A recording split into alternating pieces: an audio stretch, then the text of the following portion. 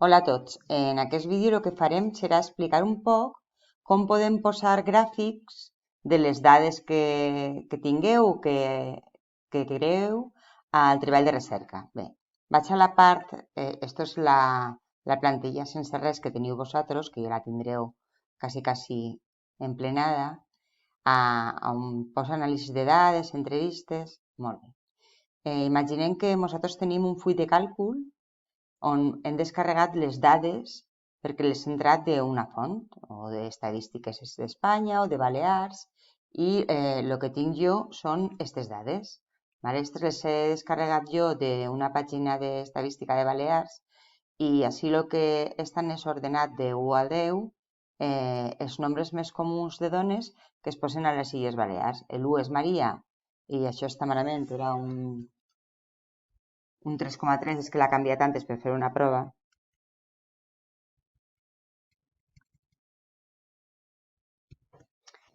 Un 3,3% de les dones de Balears es diuen Maria, Catalina un 2,4, Margarida un 2,7 i així, etcètera, etcètera.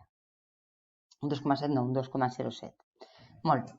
Si jo tinc aquestes dades i jo les seleccione, perquè no vos oblideu que estic en un full de càlcul, jo puc clicar dalt insereix gràfic i automàticament me crea un gràfic amb les dades que jo he seleccionat. De tal manera que és un gràfic de barres en el que Maria, doncs la barra és més llarga perquè n'hi ha més gent que es diu Maria i ja està. Si vull millorar o no m'agrada aquest gràfic o vull posar-li un nom o el que siga, a la part de la dreta tenim configuració i en comptes de gràfic de barres pues puc clicar que siga de columnes, circular, com si fora, però jo li dic de quesitos. No m'agrada molt en este cas perquè extrapola i me calcula dades noves i no m'agrada. Però bueno, podeu triar línia, que com només tenim les dades d'un any, pues només n'hi ha una línia. Si tinguérem diversos anys, pues hi serien diverses línies. Àrees, en fi, vosaltres podeu triar qualsevol. Bé, jo em quedaré en columnes. Una cosa que puc fer és clicar a personalitzar a la part de la dreta i en estil de gràfic, pues, per a que no estiga tan soso, pues, puc clicar damunt de 3D i ja me dona una sensació més de profunditat. Puc canviar el tipus de lletra, el color del fons, dir, pues, mira, és que en comptes de blanc vull que siga gris, pues me lo posaria. Tampoc poseu massa títols, o sigui, massa colors, però bueno, pues ja tindria aquesta pinta. Si jo vull canviar alguna altra cosa més, pues la puc canviar així. I ara jo vaig ja tinc aquest gràfic, me'n vaig a la meva plantilla i dic, bueno, és que jo vull inserir, clique damunt d'inserir perquè vull inserir, un gràfic. D'on? D'un full de càlcul. Clique damunt del full de càlcul i ja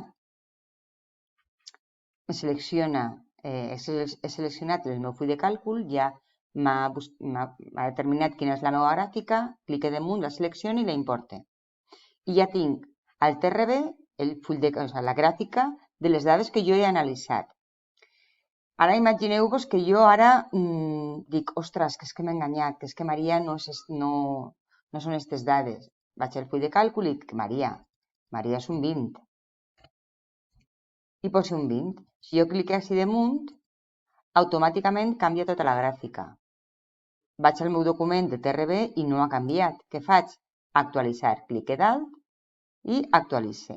De tal manera que el que faci o el que canvi dins del full de càlcul, després puc actualitzar-lo damunt del meu gràfic que està en la plantilla. Si en algun moment jo ja no vull actualitzar res i vull desvincular-lo, doncs puc desenllaçar el gràfic, aunque de moment no us interessa. Molt bé, si jo tinc un full de càlcul amb dades. Vaig a borrar-lo. Imagineu que no tinc un full de càlcul amb dades.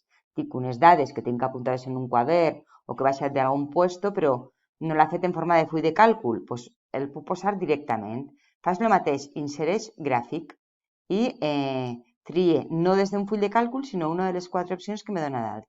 por exemple, barra. Està inserint i el que fa és inserir un gràfic en el que no posa res, en el que posa temunt, tim2, tim3. El que faig és clicar damunt als 3 puntets i obre el document d'origen. I el que fa és redirigir-me a un full de càlcul. El que faré així és escriure les dades que jo tinc. En aquest cas seria Maria,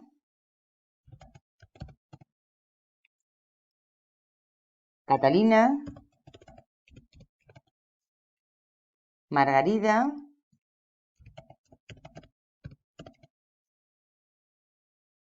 i me quedé en la quarta, Antònia. Vaig llevar una columna. Si tinguera les dades de 2 anys, tindria 2 columnes, quan més dades millor, però l'exemple l'ha fet només en una columna. I Maria era un 3,3, si no m'enganye. Catalina, un 2,4. Margarida, un 2,07. I Antònia, un 2%. Vale, torno a dir, si no us ho he explicat, que són el percentatge de dones de Balears que tenen el nom de Maria, de Catalina, de Margarida. Molt bé. Així torna a passar lo de antes. Jo puc clicar, editar el gràfic i me passa com abans, que jo puc triar moltes coses. Puc canviar el color del texto, puc canviar el tipus de lletra, el cos del fons del títol, el títol del gràfic. El títol del gràfic, clar, no hauria de ser points scored, tindria que ser noms. Doncs jo poso noms. Que trobo que antes no l'ha canviat.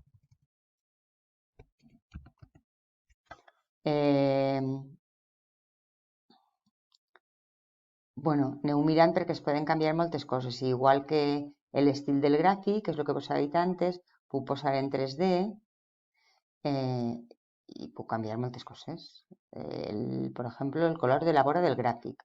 Doncs vaig a posar-lo en verd. No es veu. En aquest cas no es veu perquè és molt finet, però jo podria posar un marco que fora més gros. Bé, dona igual. Aneu fent proves. Ara, jo me'n vaig així, encara té el que m'ha creat ell, actualitza i està el nou gràfic.